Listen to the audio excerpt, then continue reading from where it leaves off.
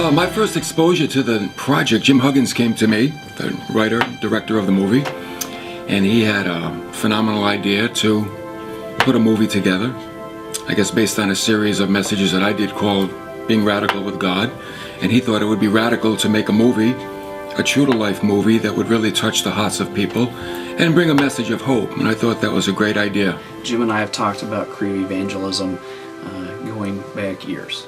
And so knowing that this is a form of creative evangelism, that it tells a much greater story, the one for which people need to hear how their life can be changed because of Jesus Christ.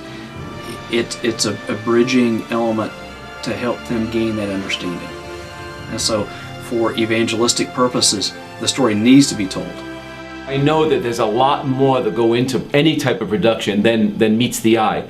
But I was impressed with the amount of detail, how long it took to set up a camera, how long it took to stage a scene. I love true stories, number one. I'm a true story person more than fiction. And I love the way it showed hope and love, and how it portrayed God, to me, was amazing. It really touched my heart. It really made me realize that I could do evangelism, that there's different formats for it. It's not just a Thursday night visitation knocking on doors, but use this film in a way maybe in the home. Some people said it'd be nice to have this and have a few people over and watch it.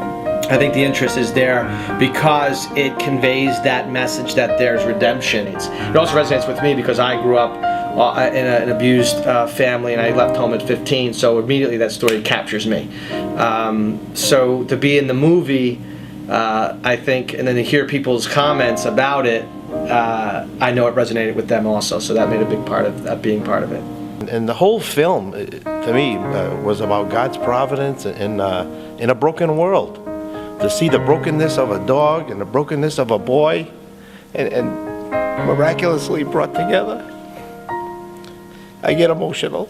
But we as a Christian community have opted out of government. We've opted out of education. We've opted out of entertainment. I think that entertainment is a key issue that needs to be addressed. As a pastor, I have maybe a 40-minute time slot to try and teach people on a Sunday morning, when I know that they're going to spend more time than that the rest of the day watching television.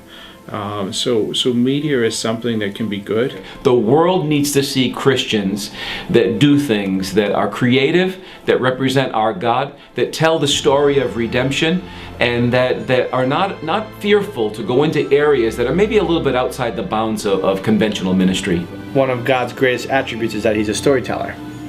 So that resonated with me because that's what I agree with that. This could be used, and it might be used worldwide to reach people with the gospel.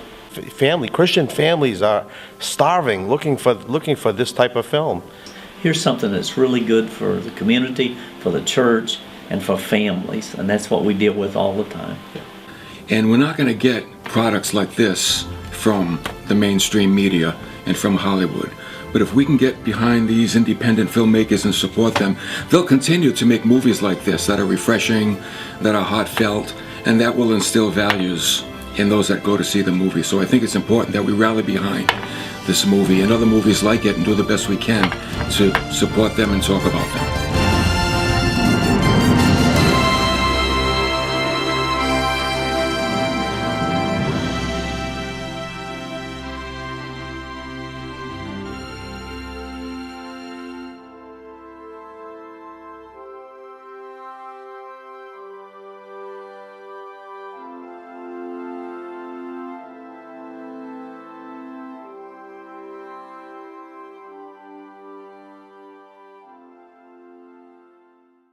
The first thing I've heard was they couldn't understand why I didn't get the lead role. They said I would have been perfect for that, and maybe the next one. That's going in. That's going in, yeah.